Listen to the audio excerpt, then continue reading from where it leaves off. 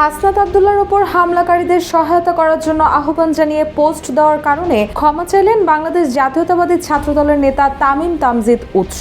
রোববার সন্ধ্যায় জাতীয় নাগরিক পার্টির মুখ্য সংগঠক হাসনাত আব্দুল্লাহর গাড়িতে গাজীপুর নগরীর চান্দনা চৌরাস্তা এলাকায় হামলার ঘটনা ঘটেছে। এই হামলার সময় গাড়িতে থাকা হাসনাত হাতে আঘাতপ্রাপ্ত হয়েছেন। শুধু তাই নয়, তাকে বহনকারী গাড়িটিতেও ব্যাপক ভাঙচুর চালানো হয়েছে।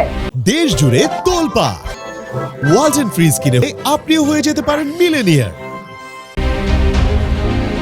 এই ঘটনার পরপরই ছাত্রদল নেতা তামিম তার নিজ ভেরিফাইড ফেসবুক প্রোফাইল থেকে একটি পোস্ট দেন। এছাড়াও কমেন্টে তিনি লেখেন, সবাই এগিয়ে যান, যারা হামলা করেছে তাদের সাহায্য করুন। এদিকে তামিমের এমন মন্তব্যে ক্ষোভ প্রকাশ করেছেন অনেকেই। তার মন্তব্যের স্ক্রিনশট সামাজিক যোগাযোগ মাধ্যমেও ছড়িয়ে পড়েছে। পরে ওই পোস্টের জন্য ক্ষমা চেয়েছেন ছাত্রদল নেতা তামিম।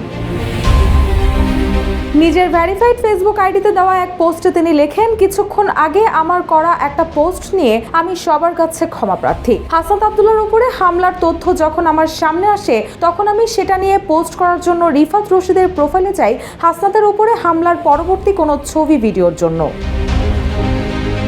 পোস্টে আরো লিখেন, হঠাৎ করে খেয়াল করলাম রিফাত রশিদের প্রোফাইলের পোস্টটা আর দেখা যাচ্ছে না। অতঃপর হামলার নিউজটাকে ভ্রান্ত ভেবে আমি একটি ট্রল পোস্ট করি। পরবর্তীতে যখন হামলার সত্যতা পাই তখন আমি দ্রুততম সময়ের মধ্যে তা ডিলিট করে দেই। নিজের ভুল বুঝতে পেরে উল্লেখ করে তামিম লেখেন, আমার উক্ত পোস্টের জন্য আমি ব্যক্তিগতভাবে সবার কাছে ক্ষমা প্রার্থনা করি এবং দ্রুততম সময়ের মধ্যে হামলাকারীদের গ্রেপ্তার এবং বিচার দাবি করছি। একই সঙ্গে পরবর্তী সময়ে যেন কোনো মানুষের উপরে অন্যায়ভাবে হামলা করার সুযোগ কেউ না পায় সেজন্য অন্তর্বর্তীকালীন সরকারের কাছে অনুরোধ জানাই দেশে নিরাপত্তা ব্যবস্থার দিকে নজর দেওয়ার জন্য।